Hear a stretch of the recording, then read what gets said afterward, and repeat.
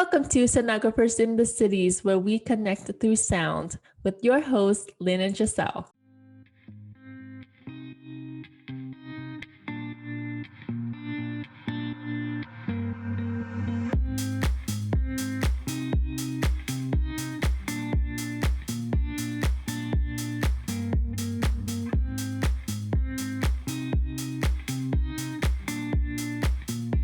Hi, friends. Hello, gorgeous peoples out there. Thank you so much for listening. Welcome to another episode of Sonographers in the Cities. I'm Lynn. And I'm Geselle. Before we get started, I'd like to thank our sponsor, 88 Coffee Company, for sponsoring the most delicious, authentic Vietnamese coffee that I've ever had. If you haven't had Vietnamese coffee, please do try. Check out the website linked in our bio using our code SITC20 for 20% off on your order. And let us know how it is. The reason I love this coffee so much is because I love its flavor. And I will say it again. I love it so much that I drink it black. It's a little bit neurotic of me, but it gets me through my 10-hour shifts. We all need coffee. So go check them out. Use SITC20 at checkout for 20% off. Yes. So today we're talking about dealing with stress. I drink my coffee when I deal with stress. Yeah. Drink your coffee, eat your snacks. Try not to stress eat, but hey, we're human, right? And we're in healthcare, right? We are in healthcare. A lot of times healthcare people don't listen to their own advice, but we're dealing with stress as a sonographer. So this actual episode was requested from one of you guys. So thank you so much for sending us this request. And essentially you were asking how to deal with the stress and fear of getting incorrect or poor quality pictures. So as ultrasound technologists, aka sonographers, how do we deal with that? Because that's our whole entire job. That must mean it's very stressful, right? Do you guys want the sugar-coated version or the real, raw, relatable version that is not so sugar-coated? Well, I'll start off with the sugar-coated version. Yes. So just, suck it up, buttercup. Actually, before we started recording this episode, I was talking to Lynn about it. And I was basically like, just deal with it. No, I'm just kidding. But like almost, yeah, you kind of have to just deal with it, right? Yes, it's definitely not preventable. It's probably the first step of you becoming the best sonographer you can be. Yeah. If you're not put in this situation, you won't get better. And you get put into uncomfortable situations for a reason, to learn and to get better and to learn from that experience and then to get to another experience and learn from that experience and basically how to deal with it. I don't want to say just deal with it, but it's almost like that's what we're doing on the daily basis is we're just dealing with it. And we're going by being confident in ourselves to say, hey, I did what I could. I got what I could. It's the best that I could do. I tried my best, and that's all I could do. Mm-hmm. I think it takes patience, time, and practice. Those are the three things I put on here. For my notes, at least, I said patience. PTP. Yeah, PTP. Patience, time, and practice. Like that's how you deal with it. You have patience with yourself, patience that you're going to have to deal with this multiple times. If you don't, I'm going to feel like you're the most amazing, perfect sonographer out there, but there really is not the most perfect, amazing sonographer out there. There's the best sonographer you can be because I feel like not any sonographer knows everything or has seen everything. You're going to deal with a lot of stuff, a lot of difficult patients. We talk about this in many episodes before that a lot of our patients are really hard to scan, whether it be patient body habitus, because that makes it hard to scan and difficult. You're going to get poor quality pictures right off the bat, or really gassy patients that have bad windows.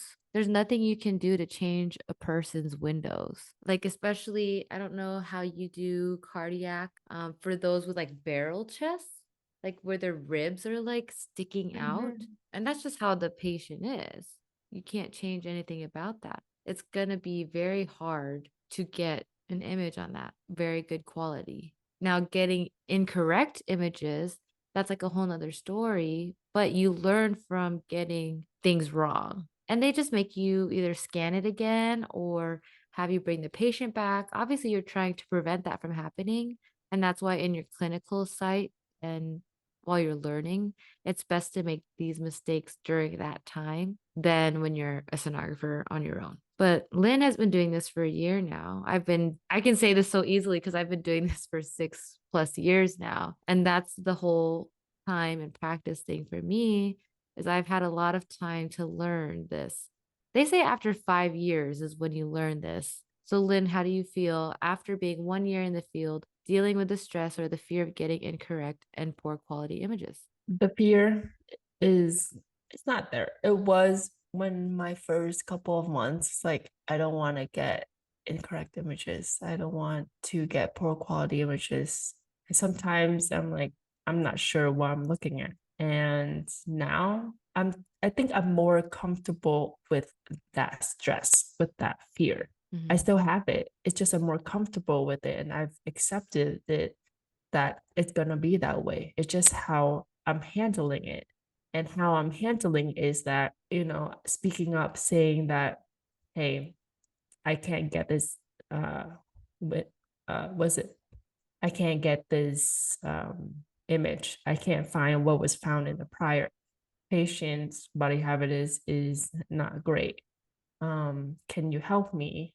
And they usually overscan, or I would, if it's my first time doing a patient with a known pathology, and I would message the doctor saying that, I try my best with this patient, and um please give me feedback. And the doctors are usually very nice. They're like, because they know I'm the baby, the Mhm. baby sonographer. And they would say, like, my feedback is this, your images are great, or your images could be better. I've gotten feedback say, this is not a good image. Yeah. Or I've gotten good feedback saying that I see how much you've grown. It's just with time, because every single day I get that fear, I get that stress. You just get more comfortable with it. And just having, again, Giselle said, patience and time, that you will get more practice, you will get more comfortable. But that fear and stress never goes away because you will always find something that you've never seen before or you're not comfortable with. Yeah. You know what I mean? Yeah, and I like that you put it that way because I'm over here like the big Grinch being mean because I've been doing this for so long. Um, but no, it really is nice to hear it from your perspective because you are newer in the field and to know that you feel comfortable now. Like that's a good word to put it is because once I'm you graduate, comfortable with the fear yeah, because it didn't go away. It's yeah. just there. Yeah, like, it's just there, but, like, you just deal with it, right? Because it's just Hmm. there.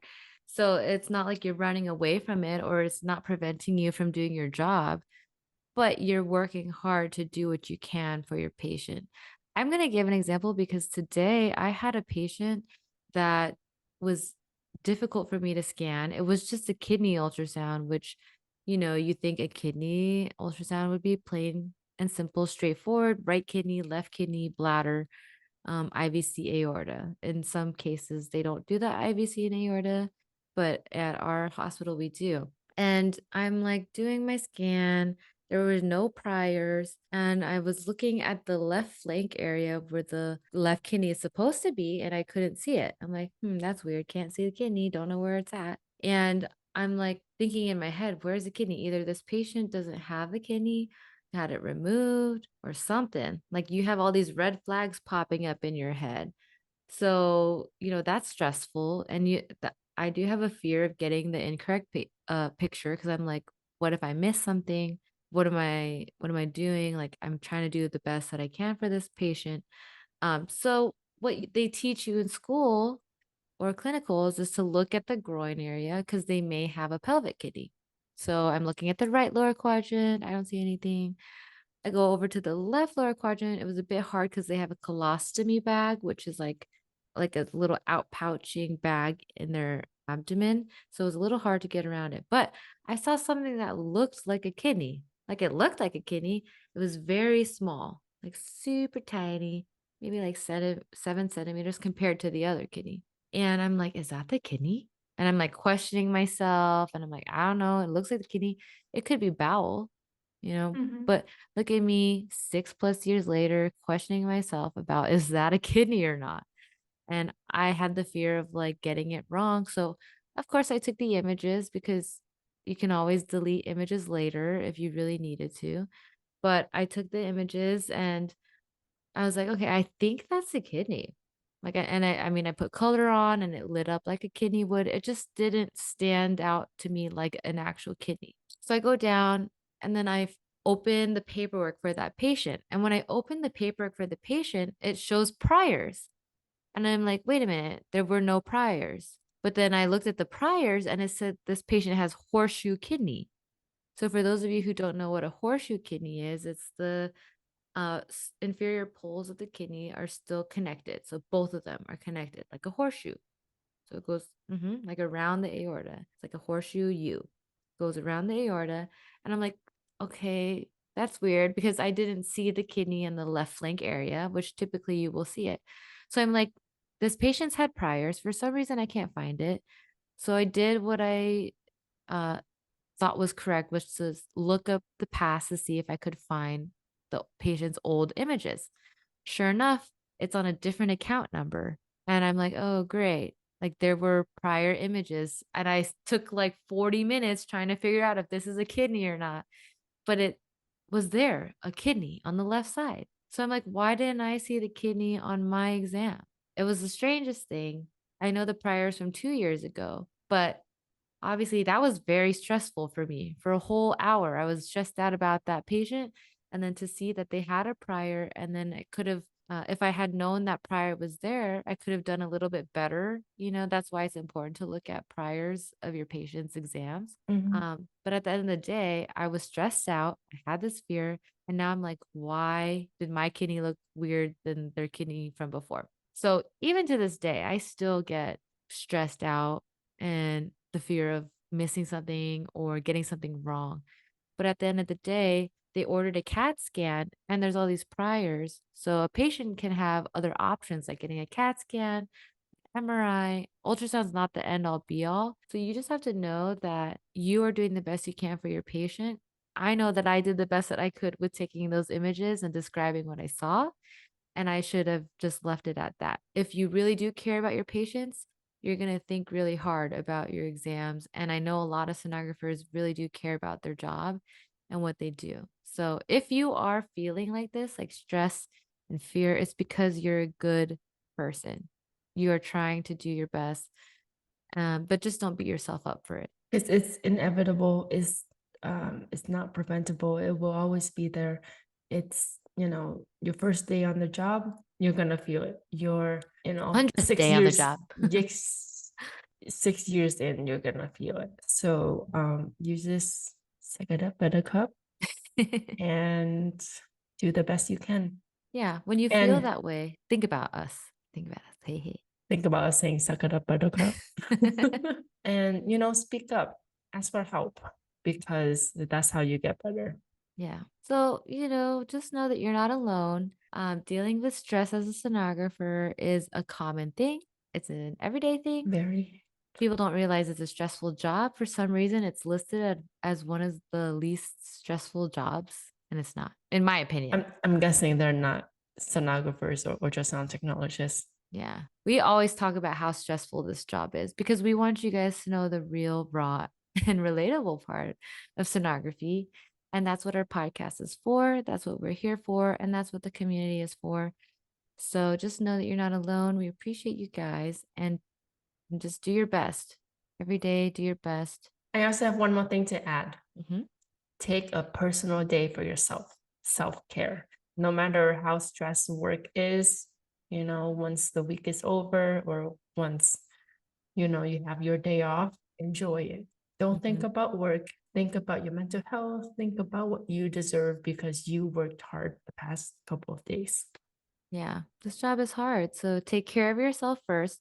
If you want to take care of others, you do need to take care of yourself. And we're really big advocates of that. So just make sure you're doing something that makes you happy outside of work, and try not to bring it home, to your family, to your significant other. It is a stressful job, but make sure you're, keeping your feet on the ground and remembering that you did the best that you could, and that's that. Yeah. Yeah. We So, hope this. oh, go Yes. ahead. No, So you go ahead. PTP, because you made it an acronym. PTP, patience, time, and Just practice. we acronym everything now. Well, we hope this episode has been informative for you. We answered your question, whoever you are that's answering the questions. I'm sure others is wondering the same thing. We hope that it has helped, relieve the pressure, the stress of you stressing out in this aspect of being a sonographer, ultrasound technologist. But, we all feel it. You're not alone, and we're here for you. Yeah. Easier said than done, but you can do it. Yes. You're in this job for a reason, and you're in this career for a reason, and we believe in you, Definitely. Yeah. Thank you so much for tuning in. Yes. Hope you have a wonderful day, evening, wherever you're doing after this. And we'll see you next episode. Yes. Also, it's the last episode for Medical Ultrasound Awareness Month. Yes. So happy ultrasound medical MUAM. Another I should know acronym. this. MUAM. Yay! MUAM. Woo! Happy October. And now it's almost November. Crazy. Yeah, 2023 is flying. Until next time, bye-bye. Bye. Thank you. Thank you for connecting through sounds with us. We appreciate you and can't wait to connect with you again next time.